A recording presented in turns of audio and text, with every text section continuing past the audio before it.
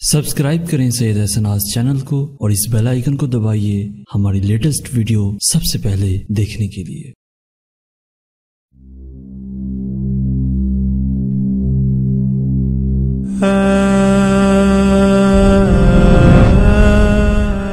بسم اللہ الرحمن الرحیم۔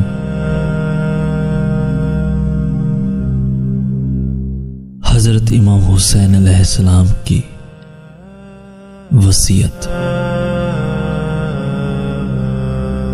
بنی اسد کے شریف لوگوں، میں ایک غریب الوطن مسافر تمہاری بستی کے پاس خیمے لگا چکا ہوں۔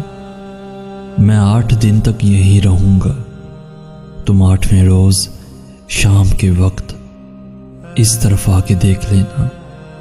اگر تم اس دشت بے امان میں کٹی پھٹی سر بریدہ لاشوں کے ٹکڑے دیکھو تو دفن کر کے رضائے خوشنودی رسالت ماب لینا، خدا سے اجر و ثواب لینا۔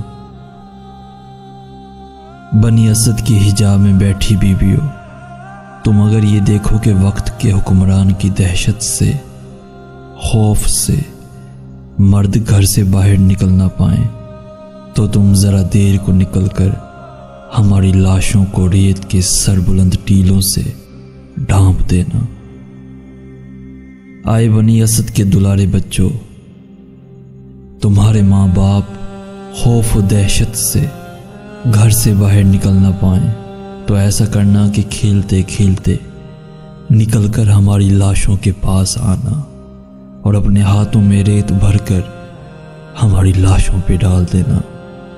میری سکینہ دعائیں دے گی، میری سکینہ دعائیں دے گی، میری سکینہ دعائیں دے گی۔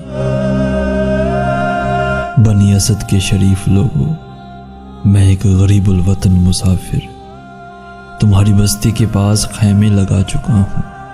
میں 8 دن تک یہیں رہوں گا۔ تم 8ویں روز شام کے وقت اس طرف آ کے دیکھ لینا۔ اگر تم اس دشت بے امان میں کٹی پھٹی سر بریدہ لاشوں کے ٹکڑے دیکھو تو دفن کر کے رضائے خوشنودی رسالت ماب لینا، خدا سے اجر و ثواب لینا۔